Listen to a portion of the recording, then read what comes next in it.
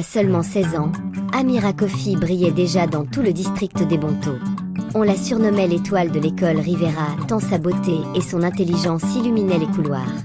Chaque matin, elle se levait avant l'aube, enfilait son uniforme soigneusement repassé et partait, sac au dos, avec la même détermination que celle d'un athlète qui rêve de gloire. Ses longs cheveux tressés, attachés en 2 nattes, donnaient à son visage une pureté éclatante, et même sans maquillage, elle attirait les regards comme un aimant. Les autres élèves la fixaient, chuchotaient, l'admiraient ou la jalousaient. Mais Amira, concentrée, ne vivait que pour ses cahiers et ses rêves d'avenir. En classe, elle occupait toujours le premier rang, la main levée, les réponses précises, l'esprit brillant. Ses professeurs l'adoraient, parfois même au-delà du raisonnable. Monsieur Diallo, le professeur de mathématiques, bafouillait parfois en l'appelant au tableau. Monsieur Kanza, enseignant de littérature, se surprenait à s'attarder sur ses rédactions, qu'il lisait avec une admiration à peine dissimulée. Mais Amira, innocente, ne voyait pas ce trouble qu'elle semait. Pour elle, tout n'était qu'une question de mérite et d'effort. Souvent, après les cours, quand tout le monde s'empressait de quitter les lieux pour rentrer à la maison ou rejoindre les clubs scolaires, Amira restait encore dans sa salle de classe, plongée dans ses manuels. C'était son rituel, sa façon de prendre une avance sur les autres. Un soir, alors que le soleil déclinait derrière les collines des Bonto et que l'ombre des arbres s'allongeait dans la cour, une voix douce la fit sursauter. « Amira, tu es encore là ?» Elle leva la tête. C'était Sally, une camarade bavarde et rusée qui s'approchait d'elle avec un sourire. « Oui, je révise un peu plus longtemps », répondit Amira timidement. Sally regarda la pile de cahiers et rit d'un air moqueur. « Franchement, si j'avais ton visage et ton charme, je ne m'épuiserais pas autant. Tu pourrais avoir tout ce que tu veux juste en battant des cils devant les professeurs. Tu n'as pas remarqué comme ils te regardent ?» Amira fronça les sourcils, surprise. « Qu'est-ce que tu racontes ?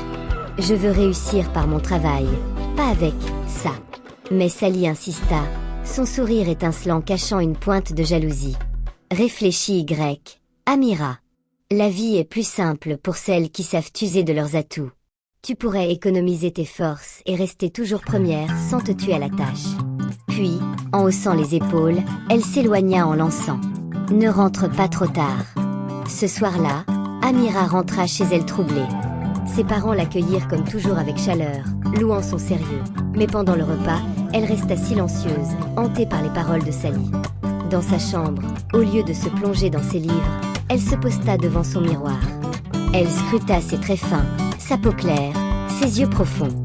Avait-elle ignoré la puissance que son apparence pouvait lui offrir ? Cette nuit-là, une graine fut plantée dans son esprit. Le lendemain matin, elle se leva plus tôt que d'ordinaire, ouvrit une trousse de maquillage offerte lors de son anniversaire mais jamais utilisée. Tremblante, elle appliqua une touche de poudre, du gloss sur ses lèvres, laissa ses cheveux libres tomber en cascade sur ses épaules. Lorsqu'elle entra dans l'enceinte de l'école, elle sentit immédiatement un changement. Les regards s'attardèrent plus longtemps, les murmures s'intensifièrent, et même certains professeurs eurent un léger arrêt devant son apparition. En classe, lors d'un contrôle surprise de mathématiques, Amira paniqua. Elle n'avait pas révisé. Mais elle se souvint des paroles de Sally. Lorsque Monsieur Diallo passa pour ramasser sa copie, elle lui adressa un sourire doux et murmura d'une voix hésitante. « J'espère que j'ai bien réussi, monsieur. Je tiens tellement à garder ma place. » Le professeur, troublé, la rassura aussitôt. « Tu as sûrement très bien fait, Amira. Tu es brillante, après tout. » Le lendemain, lorsqu'elle reçut sa copie, le choc fut immense. Elle avait obtenu un score parfait, alors qu'elle savait d'avoir échoué sur plusieurs questions. Le doute se transforma en tentation. Et Amira, encouragée, recommença avec d'autres enseignants. Un sourire par-ci, une parole douce par-là, et ses notes semblaient s'élever sans qu'elle ait besoin de passer des nuits entières à réviser. Peu à peu, elle prit goût à cette nouvelle facilité. Ses cahiers s'empoussiéraient, ses nuits devenaient plus légères, et son rang restait intact. Mais tout avait un prix. Ses camarades commencèrent à murmurer derrière son dos. Celles qui l'admiraient autrefois l'accusaient maintenant de favoritisme. Et Sally, qui l'avait poussée sur cette voie, observait tout avec une lueur étrange dans les yeux, partagée entre satisfaction et rancune. Un après-midi, alors qu'Amira passait près d'une salle vide, elle entendit 2 professeurs discuter. « Avez-vous remarqué son comportement ?» demanda Monsieur Kanza. Oui, elle use trop de ses charmes.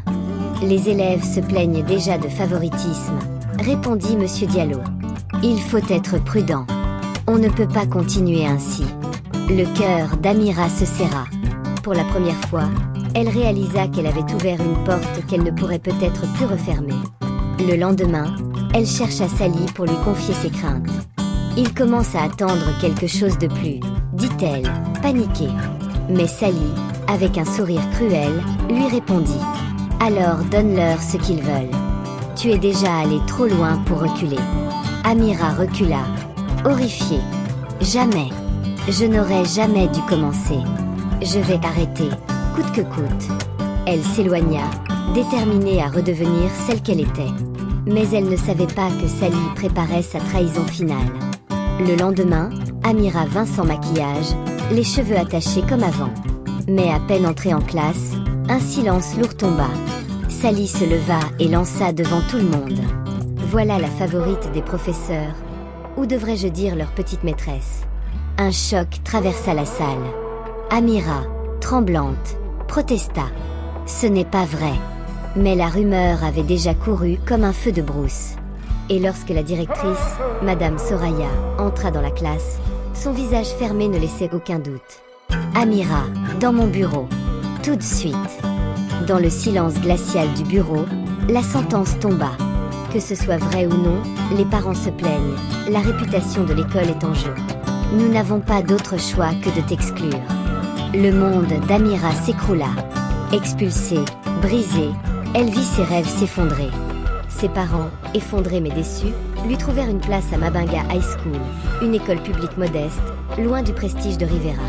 Le jour de sa rentrée, Amira se tint devant les grilles, son sac serré contre elle. L'ancienne élève brillante et admirée avait disparu. Il ne restait qu'une jeune fille meurtrie, prête à tout recommencer. Elle prit une profonde inspiration, entra, et se fit une promesse silencieuse. Cette fois, je réussirai par moi-même. Plus jamais je ne céderai à la facilité. Son histoire à Mabinga ne faisait que commencer. Abonne-toi et dis suite en commentaire pour la partie 2.